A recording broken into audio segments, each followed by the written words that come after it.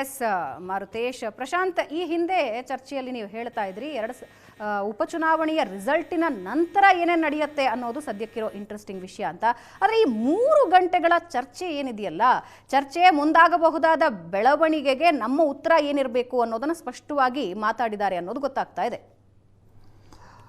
ನನಗನ್ಸುತ್ತೆ ನೋಡಿ, ಮೇ 4ರ ನಂತರ ಏನಾಗ್ಬೋದು ಅಂತಕ್ಕಂಥದ್ದರ ಬಗ್ಗೆ ಸಾಕಷ್ಟು ರೀತಿಯ ಕುತೂಹಲ, ಕಾತರ, ನಿರೀಕ್ಷೆ ಎರಡೂ ಬಣಗಳಲ್ಲಿದೆ.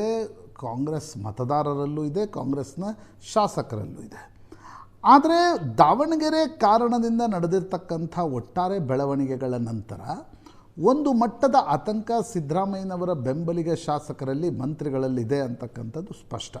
ಹಿಂದೆ ಇದು ಜುಲೈಯಲ್ಲಿ IPL ಫೈನಲ್ ನಂತರದ ಕಾಲ್ತುಳಿತದ ಸಂದರ್ಭದಲ್ಲೂ ಕೂಡ ಈ ಆತಂಕ ಉದ್ಭವವಾಗಿತ್ತು.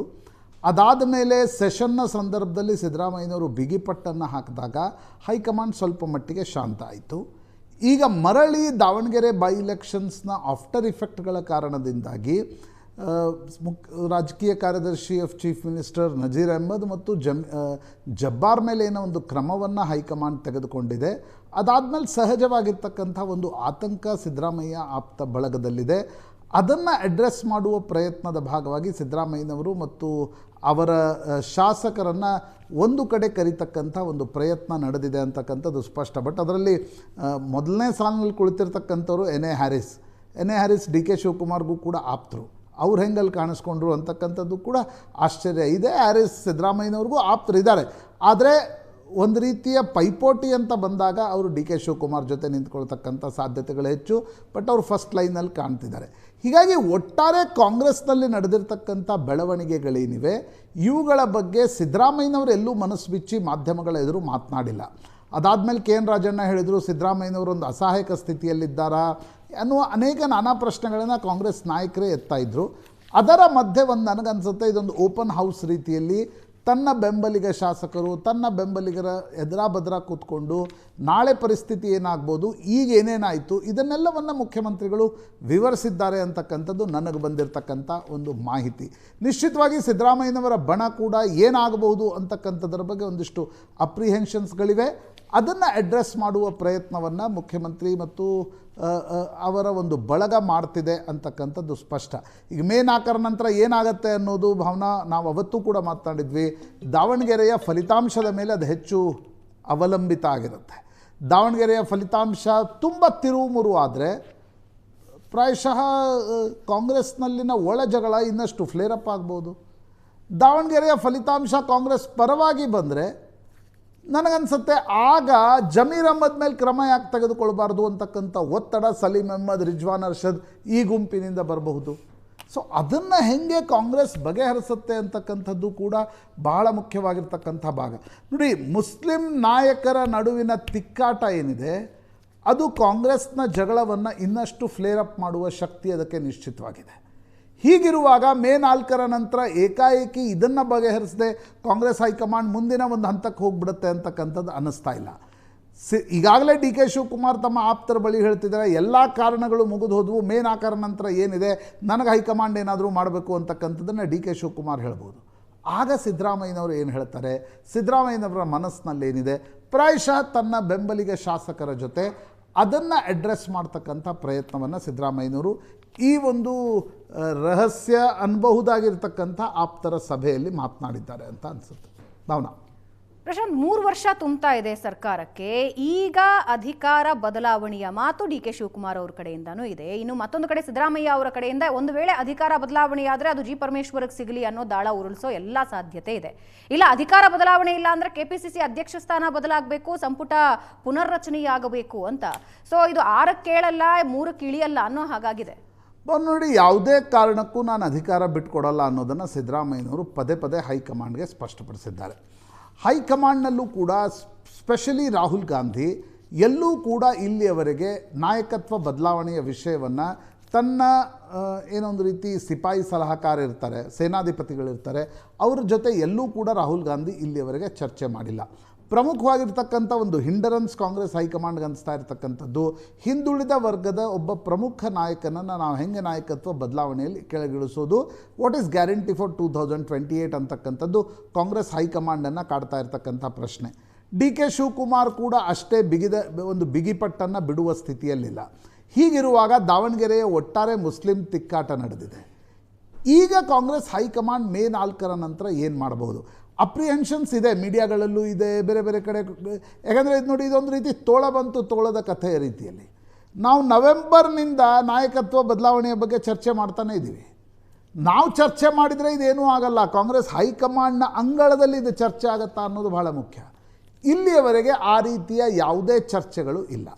ಆದರೆ ಸಿ ಎಂ ಆಪ್ತ ಬಳಗಕ್ಕೆ ಅನಿಸ್ತಾ ಇರತಕ್ಕಂಥದ್ದು ದಾವಣಗೆರೆಯ ವಿಷಯದ ನಂತರ ಮುಖ್ಯಮಂತ್ರಿಗಳು ಮಾತಾಡಬೇಕು. ಆದರೆ ನೋಡಿ, ಯಾವುದೇ ಒಬ್ಬ ರಾಜ ತನ್ನದೇ ಹೈಕಮಾಂಡ್ ವಿರುದ್ಧ ಬಂಡಾಯದ ದನಿಯಲ್ಲಿ ಮಾತನಾಡ್ತಕ್ಕಂಥ ಪರಿಸ್ಥಿತಿಯಲ್ಲಿ ಇರಲ್ಲ. ಪ್ರಾಯಶಃ ಸಿದ್ದರಾಮಯ್ಯನವರ ದ್ವಂದ್ವ, ಸಿದ್ದರಾಮಯ್ಯನವರ ತುಮಲ ಕೂಡ ಅದೇ ಇರತಕ್ಕಂಥದ್ದು. ಯಾಕಂದರೆ ನೀವು ಒಂದು ಕ್ಷಣ ಏನಾದರೂ ಮಾಧ್ಯಮಗಳಲ್ಲಿ ಮಾತಾಡಿದರೆ ಅದು ಒಂದು ರೀತಿ ಹೈಕಮಾಂಡ್ ವಿರುದ್ಧ ಬಂಡಾಯ ಅಂತಕ್ಕಂಥ ಸಂದೇಶ ಹೋಗುತ್ತೆ. ಹೀಗಾಗಿ ಸಿದ್ದರಾಮಯ್ಯನವರು ಏನನ್ನೂ ಮಾತಾಡ್ತಾ ಇಲ್ಲ. ಬಟ್ ಮಾಧ್ಯಮಗಳ ಎದುರು ಮಾತನಾಡಿಲ್ಲ ಅಂತಂದರೆ ಒಳಗಡೆ ಮಾತಾಡಲ್ಲ ಅಂತಕ್ಕಂಥದ್ದಲ್ಲ. ಒಳಗಡೆ ನೀವು ಹೈಕಮಾಂಡ್ ಜೊತೆ ಮಾತಾಡಿ ಅಂತಕ್ಕಂಥದ್ದನ್ನು ಅವರ ಬೆಂಬಲಿಗರು ಸಿದ್ದರಾಮಯ್ಯನವರ ಮೇಲೆ ಒತ್ತಡ ಹಾಕ್ತಕ್ಕಂಥ ಪ್ರಯತ್ನವನ್ನು ಈ ರೀತಿಯ ಸಭೆಗಳು ಮಾಡುವುದರ ಮೂಲಕ, ಸಭೆಗಳ ಫೋಟೋಗಳನ್ನು ಮಾಧ್ಯಮಗಳಿಗೆ ರಿಲೀಸ್ ಮಾಡುವುದರ ಮೂಲಕ ಮಾಡ್ತಾ ಇದ್ದಾರೆ ಅನ್ನೋದು ಮೇಲ್ನೋಟಕ್ಕೆ ಸ್ಪಷ್ಟವಾಗಿ ಕಾಣುತ್ತೆ. ಪ್ರಶಾಂತ್, ದಾವಣಗೆರೆ ಉಪಚುನಾವಣೆ ಇದೆಯಲ್ಲ, ಇದು ಅಹಿಂದ ಟ್ರಂಪ್ ಕಾರ್ಡ್ ಮತ್ತೊಂದು ಸಲ ಪ್ಲೇ ಮಾಡೋದಕ್ಕೆ ಒಂದು ವೇದಿಕೆ ಸೃಷ್ಟಿಸ್ಕೊಡ್ತು ಅಂತ ಅನ್ನಿಸ್ತಾ ಇದೆ. ಸತೀಶ್ ಜಾರಕಿಹೊಳಿ ಇವತ್ತು ಹೇಳಿಕೆಯನ್ನು ಕೊಟ್ಟಿದ್ದಾರೆ, ಮುಂದಿನ ಅಹಿಂದ ನಾಯಕರನ್ನ ನಾವು ಬೆಳೆಸಬೇಕಲ್ಲ, ನಾವು ನಮ್ಮ ನಂತರ ಇನ್ನೊಬ್ಬರು ಅಂತ. ಅಂದರೆ ಅಹಿಂದ ನಾಯಕತ್ವ ಅಥವಾ ಅಹಿಂದ ಮತಗಳು ಡಿ ಕೆ ಶಿವಕುಮಾರ್ ಅವರನ್ನ ನೋಡಿ ಬರೋದಿಲ್ಲ, ಅದು ಸಿದ್ದರಾಮಯ್ಯ ಅವರು ಪರಮೋಚ್ಚ ನಾಯಕರು, ಅವರಿಂದಾನೇ ನಿಂತಿರೋದು ಅನ್ನೋದನ್ನ ತೋರಿಸೋದಕ್ಕೆ ಪ್ರಯತ್ನವಾ, ಅಥವಾ ಹಂಗಿದ್ದ ಅಹಿಂದ ನಾಯಕ ಬೆಳಿಬೇಕು ಅಂದ್ರೆ ಅದು ಸಿದ್ದರಾಮಯ್ಯ ಬಣದಿಂದಾನೇ ಬೆಳಿಬೇಕು ಅನ್ನೋದನ್ನ ತೋರಿಸ್ಕೊಳ್ತಾ ಇದೆಯಾ? ಕೆಲ ತಿಂಗಳ ಹಿಂದೆ ಮುಖ್ಯಮಂತ್ರಿಗಳ ಪುತ್ರ ಯತೀಂದ್ರ ಬೆಳಗಾವಿಯಲ್ಲಿ ಹೋದಾಗ ಹೇಳಿದರು, ನನ್ನ ತಂದೆಯವರ ನಂತರ ಯಾರಾದರೂ ಅಹಿಂದ ನಾಯಕರಿದ್ದರೆ ಅದು ಸತೀಶ್ ಜಾರಕಿಹೊಳಿ ಅಂತಕ್ಕಂಥದ್ದು. ದಾವಣಗೆರೆಯ ಒಟ್ಟಾರೆ ಕಾಂಟೆಕ್ಸ್ನಲ್ಲಿ ಜಮೀರ್ ಅಹ್ಮದ್ ಪ್ರೂವ್ ಮಾಡುವ ಪ್ರಯತ್ನ ಮಾಡ್ತಾ ಇದ್ದಾರೆ. ಕರ್ನಾಟಕದಲ್ಲಿ ಮುಸ್ಲಿಂ ನಾಯಕತ್ವ ಅಂತ ಯಾರ್ದಾದ್ರೂ ಇದ್ದರೆ ಅದು ನನ್ನದು, ಅದನ್ನು ಚಾಲೆಂಜ್ ಮಾಡಬೇಡಿ ಅನ್ನೋದನ್ನು ಜಮೀರ್ ಅಹ್ಮದ್ ಖಾನ್ ಹೇಳ್ತಿದ್ದಾರೆ. ಹೀಗಿರುವಾಗ ಮುಖ್ಯಮಂತ್ರಿಗಳ ಬಣ 2-3 ಪ್ರಿಪೋಸಿಷನ್ಸ್ಗಳನ್ನು ಇಡ್ತಾ ಇದೆ. ಇನ್ನೂ ಹೈಕಮಾಂಡ್ ಮುಂದೆ ಇಟ್ಟಿಲ್ಲ, ಬಟ್ ಈ ಬಗ್ಗೆ ಚರ್ಚೆ ಭಾಳ ದಿನಗಳಿಂದ ನಡೀತಾ ಇದೆ. ಒಂದು, ಅಹಿಂದ ನಾಯಕತ್ವದ ಮತಗಳು ಶಿಫ್ಟ್ ಆಗ್ತವ, ಶಿಫ್ಟ್ ಆಗಲ್ಲ ಅಂತಕ್ಕಂಥದ್ದು. ಬಟ್ ಕಾಂಗ್ರೆಸ್ನಲ್ಲಿ ಹಿಂದೆ ಕೂಡ ಲಿಂಗಾಯತ ಮುಖ್ಯಮಂತ್ರಿಗಳಿದ್ದರು, ಒಕ್ಕಲಿಗ ಎಸ್ ಎಂ ಕೃಷ್ಣ ಇದ್ದರು, ಅದರ ಹಿಂದೆ ವೀರೇಂದ್ರ ಪಾಟೀಲ್ರಿದ್ದರು. ಅದಾದಮೇಲೆ ನಿಮ್ಮ ವೀರಪ್ಪ ಮೊಯ್ಲಿ ಹಿಂದುಳಿದ ವರ್ಗದ ನಾಯಕರಾದರೂ ಕೂಡ 94ರಲ್ಲಿ ಓಟ್ ಬರಲಿಲ್ಲ. ಹೀಗಾಗಿ ಅಹಿಂದ ವರ್ಗದ ನಾಯಕತ್ವ, ಅಹಿಂದ ವರ್ಗ ಇದ್ದಾಗ ಮಾತ್ರ ಕಾಂಗ್ರೆಸ್ಗೆ ಓಟ್ ಬರುತ್ತೆ ಅಂತಕ್ಕಂಥ ಒಂದು ಪ್ರಿಪೋಸಿಷನನ್ನು, ಹೈಪೋಥಿಸಿಸನ್ನು ಕೂಡ ಸಿದ್ದರಾಮಯ್ಯನವರ ಬಣ ಮುಂದಿಡುವ ಪ್ರಯತ್ನ ಮಾಡ್ತಾ ಇದೆ. ಎರಡನೇ ಹೈಪೋಥೆಸಿಸ್ ಇರ್ತಕ್ಕಂಥದ್ದು, ನೋಡಿ ಸಿದ್ದರಾಮಯ್ಯನವರು ಇರೋ ತನಕ ಓಕೆ, ಇಲ್ಲ ಅಂದರೆ ನಾವು ಪರಮೇಶ್ವರನ್ ತರ್ತೀವಿ. ಎಲ್ಲೂ ಬಹಿರಂಗವಾಗಿ ಹೇಳಿಲ್ಲ, ಬಟ್ ಈ ಬಗ್ಗೆ ರಾಜಣ್ಣ ಭಾಳ ಅನೇಕ ಬಾರಿ ಮಾತಾಡಿದ್ದಾರೆ, ಸಿದ್ದರಾಮಯ್ಯನವರು ಇಲ್ಲ ಅಂದರೆ ನಾವು ಪರಮೇಶ್ವರ ಕಡೆ ಹೋಗ್ತೀವಿ. ಬಟ್ ಕಾಂಗ್ರೆಸ್ ಹೈಕಮಾಂಡ್ ಸಿದ್ದರಾಮಯ್ಯನವ್ರನ್ನ ಕೆಳಗಿಳಿಸುವ ಪ್ರಸ್ತಾವಕ್ಕೆ ಇನ್ನೂವರೆಗೂ ಕೂಡ ಯಾವುದೇ ಚರ್ಚೆಗೆ ಹೈಕಮಾಂಡೇ ತಯಾರಿಲ್ಲ. ಹೀಗಿರುವಾಗ ದಲಿತ ಮುಖ್ಯಮಂತ್ರಿಯ ಪ್ರಶ್ನೆ ಎಲ್ಲಿ ಬಂತು? ರೈಟ್, ದಲಿತ ಮುಖ್ಯಮಂತ್ರಿಯ ಪ್ರಶ್ನೆ ಏನಂತಂದರೆ ಡಿ ಕೆ ಶಿವಕುಮಾರ್ ಬಣ ಯಾಕೆ ಸುಮ್ಮನೆ ಕೂತ್ಕೊಳ್ಳುತ್ತೆ? ಈಗ ನನಗನ್ಸುತ್ತೆ ಸಿದ್ದರಾಮಯ್ಯನವರ ಫಸ್ಟ್ ಪ್ರಯಾರಿಟಿ ಇರ್ತಕ್ಕಂಥದ್ದು, ಅವರು ಹೈಕಮಾಂಡ್ ಮುಂದೆ ಹೇಳ್ತಿರ್ತಕ್ಕಂಥದ್ದು, ಈ ಹಂತದಲ್ಲಿ ಸಿದ್ದರಾಮಯ್ಯನವ್ರನ್ನ ಯಾವುದೇ ಕಾರಣಕ್ಕೂ ಕೂಡ ಕೆಳಗಿಳಿಸಬಾರ್ದು ಅನ್ನೋದು. ಪ್ರಾಯಶಃ ಹೈಕಮಾಂಡ್ ಕೂಡ ಅದಕ್ಕೊಂದು ರೀತಿಯಾಗಿರ್ತಕ್ಕಂಥ ಮುಗುಮ್ಮಾಗಿ ಓಕೆ ಅನ್ನುವ ಸ್ಥಿತಿಯಲ್ಲಿದೆ. ಯಾಕಂದರೆ ನೋಡಿ, ನಾವು ಇಷ್ಟು ದಿನಗಳಿಂದ ತಿಂಗಳುಗಳಿಂದ ಚರ್ಚೆ ಮಾಡ್ತಿದ್ದೀವಿ, ಬಟ್ ಹೈಕಮಾಂಡ್ ಕಡೆಯಿಂದ ನಿಮಗೊಂದು ಎಳೆಯಾದರೂ ಸಿಗ್ತಾ? ಇಲ್ಲಿಯವರೆಗೆ ಹೈಕಮಾಂಡ್ ಚರ್ಚೆ ಮಾಡ್ತಾ ಇದೆ, ಹೇಳ್ತಾ ಇದೆ. ಹೈಕಮಾಂಡ್ ತುಂಬ ಜಾಣತನದಿಂದ ಪರಿಸ್ಥಿತಿ ನಿರ್ವಹಿಸ್ತಾ ಇದೆ. ಅವ್ರು ಏನು ಮಾಡ್ತಿದ್ದಾರೆ, ಸಿದ್ದರಾಮಯ್ಯನವರ ಆಪ್ತರನ್ನು ತೆಗೆಯುವಾಗ ಡಿ ಕೆ ಶಿವಕುಮಾರ್ ಮಾತು ಕೇಳ್ದಂಗೆ ಮಾಡ್ತಿದ್ದಾರೆ. ಬಟ್ ಸಿದ್ದರಾಮಯ್ಯನವರ ಪ್ರಶ್ನೆ ಬಂದಾಗ ಹೈಕಮಾಂಡ್ ಮೌನವಾಗಿದೆ. ಸಿದ್ದರಾಮಯ್ಯನವರು ತಮ್ಮದೇ ಆಗಿರ್ತಕ್ಕಂಥ ಒಂದು ಮುಖ್ಯಮಂತ್ರಿ ಸ್ಥಾನದ ಬಗ್ಗೆ ಹೇಳಿದಾಗ ಹೈಕಮಾಂಡ್ ಅವರಿಗೆ ಓಕೆ ಓಕೆ ಅಂತ ಇದೆ. ಬಟ್ ಅವರ ಬೆಂಬಲಿಗರನ್ನು ಡಿ ಕೆ ಶಿವಕುಮಾರ್ ಟಾರ್ಗೆಟ್ ಮಾಡ್ತಿದ್ದಾಗ ಹೈಕಮಾಂಡ್ ಅದಕ್ಕೆ ಸಪೋರ್ಟ್ ಆಗಿ ನಿಲ್ತಾ ಇದ್ದಾರೆ. ಅರ್ಥ ಏನು? ಅರ್ಥ ಎರಡೂ ಬಣಗಳನ್ನು ಬ್ಯಾಲೆನ್ಸ್ ಮಾಡ್ತಾ ಇದೆ ಹೈಕಮಾಂಡ್. ಆ ಬ್ಯಾಲೆನ್ಸ್ ಫ್ಯಾಕ್ಟರ್ ಏನಿದೆ ಅದು ಯಾವಾಗ ಇಂಬ್ಯಾಲೆನ್ಸ್ ಆಗುತ್ತೆ ಅನ್ನೋದನ್ನು ನೋಡಬೇಕಾದ್ರೆ ನನಗನ್ಸುತ್ತೆ ಮೇ 4ರ ದಾವಣಗೆರೆಯ ಫಲಿತಾಂಶ ಬಹಳ ಮುಖ್ಯ ಆಗುತ್ತೆ. ಯಾಕಂದರೆ ಏನು ಸ್ಟೇಕಲ್ಲಿದೆ, ಪೊಲಿಟಿಕಲ್ ಸ್ಟೇಕ್ ಯಾವುದು? ಮುಸ್ಲಿಂ ಮತಗಳು.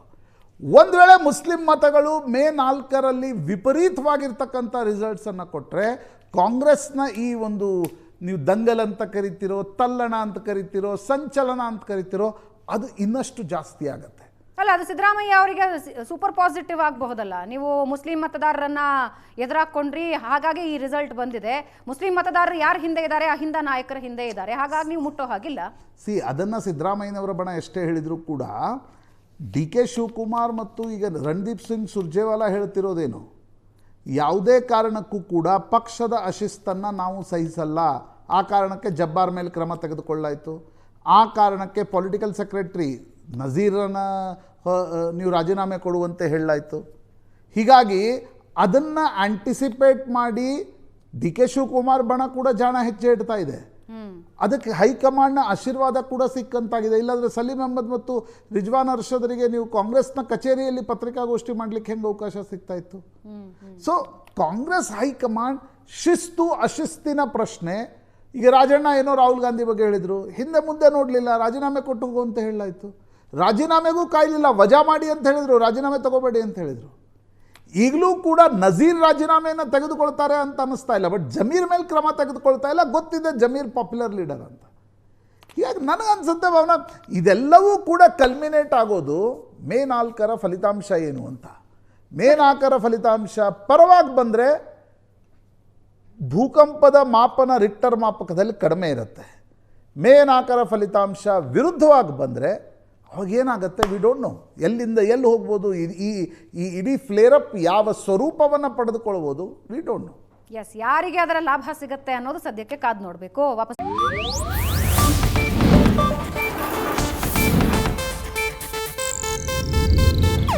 ಇದು ಏಷ್ಯಾನೆಟ್ ನ್ಯೂಸ್ ನೆಟ್ವರ್ಕ್ ಪ್ರಸ್ತುತಿ.